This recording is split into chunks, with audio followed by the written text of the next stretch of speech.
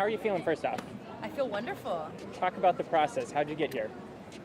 How did I get here in general? Sure. Yeah, actually, what's your background? Well, I'm a trumpet player, obviously. Founder of Mariachi Divas, but I've been playing trumpet for 30 years. Grew up here in Hacienda Heights, California, and started the Divas back in 1999. And in 2003, we started working for a Disney resort here in Anaheim. We were invited to perform over at Zocalo Park in Disneyland, and that's where our Disney started, our love for Disney, and the magic began, I guess. And here we are today. We're working on our 5th Grammy nomination, it looks like. 4th for American and 5 if you count the Latino. And, awesome. And we're performing here for all the fans and the media and everything else. So talk about making a CD. How does that process or the album, how does that all happen? Oh, gosh. Well, the process of creating an album takes a lot. First of all, we have to choose songs.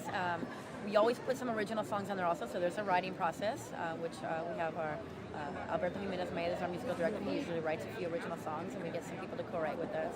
And that's definitely a creative process. Not a lot of mariachis like to do original music because they like to play only the classics, but we like to throw a little bit of diva flavor in there. And then we always throw the classics in, and we try to always honor maybe somebody who is passed. Like this last album, we did a beautiful tribute to Whitney Houston. That was important to us. And then there's the whole Grammy process. What's like that, or what's that like?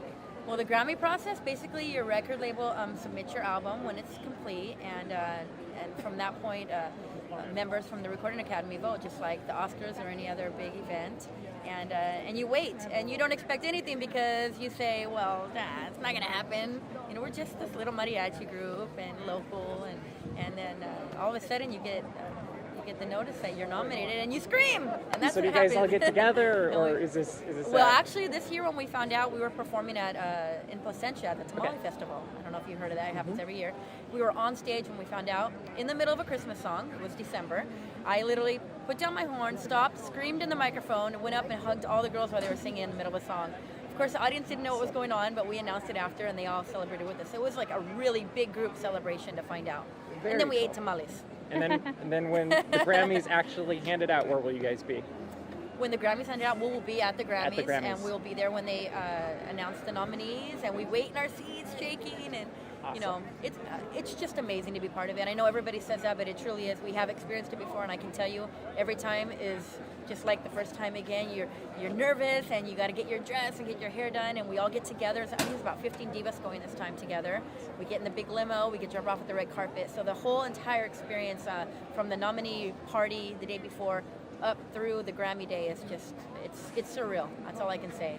And if people want more information about you, where do I send them? You can send them to mariachidivas.com, and from that point, you know, they can email me, they can know I'm Cindy Shea, they can have any questions, they can read our bio, but if anybody wants to talk to me, I'm glad to let them know about our history. And we're actually working on a documentary right now and a book also that kind of gives a history of how this came about.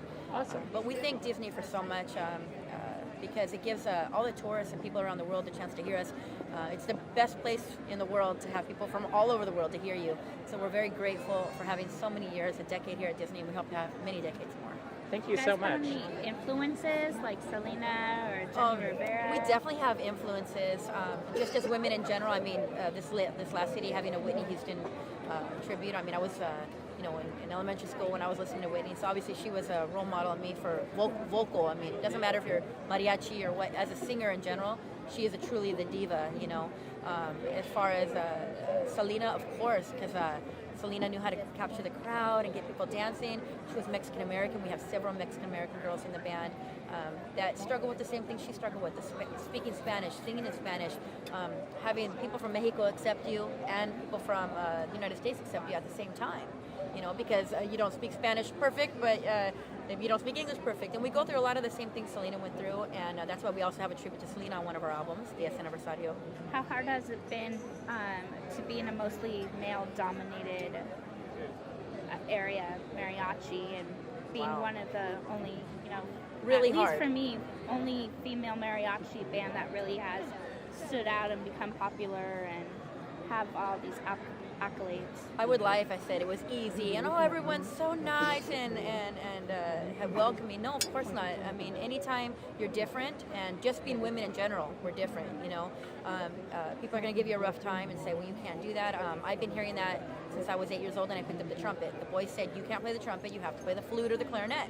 And I said, no, I'm going to play the trumpet. And just because you said that, I'm going to play better than you.